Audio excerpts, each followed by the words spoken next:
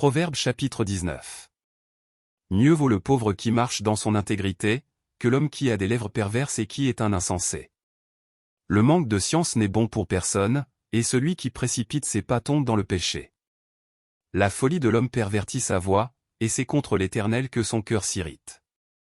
La richesse procure un grand nombre d'amis, mais le pauvre est séparé de son ami. Le faux témoin ne restera pas impuni, et celui qui dit des mensonges n'échappera pas. Beaucoup de gens flattent l'homme généreux, et tous sont les amis de celui qui fait des présents. Tous les frères du pauvre le haïssent, combien plus ses amis s'éloignent-ils de lui. Il leur adresse des paroles suppliantes, mais ils disparaissent.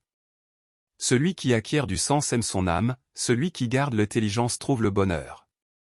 Le faux témoin ne restera pas impuni, et celui qui dit des mensonges périra. Il ne sied pas à un insensé de vivre dans les délices, combien moins à un esclave de dominer sur des princes. L'homme qui a de la sagesse est lent à la colère, et il met sa gloire à oublier les offenses. La colère du roi est comme le rugissement d'un lion, et sa faveur est comme la rosée sur l'herbe. Un fils insensé est une calamité pour son père, et les querelles d'une femme sont une gouttière sans fin.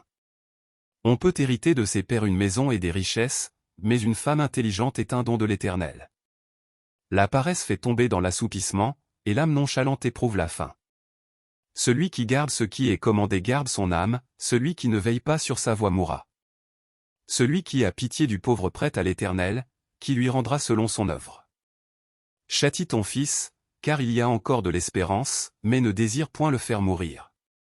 Celui que la colère emporte doit en subir la peine, car si tu le libères, tu devras y revenir.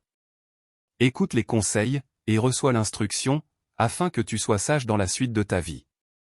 Il y a dans le cœur de l'homme beaucoup de projets, mais c'est le dessein de l'Éternel qui s'accomplit. Ce qui fait le charme d'un homme, c'est sa bonté, et mieux vaut un pauvre qu'un menteur. La crainte de l'Éternel mène à la vie, et l'on passe la nuit rassasié, sans être visité par le malheur. Le paresseux plonge sa main dans le plat, et il ne la ramène pas à sa bouche. Frappe le moqueur, et le sot deviendra sage, reprend l'homme intelligent, et il comprendra la science. Celui qui ruine son père et qui met en fuite sa mère est un fils qui fait honte et qui fait rougir.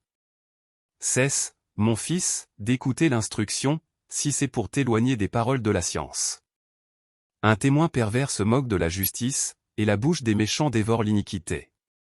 Les châtiments sont prêts pour les moqueurs, et les coups pour le dos des insensés.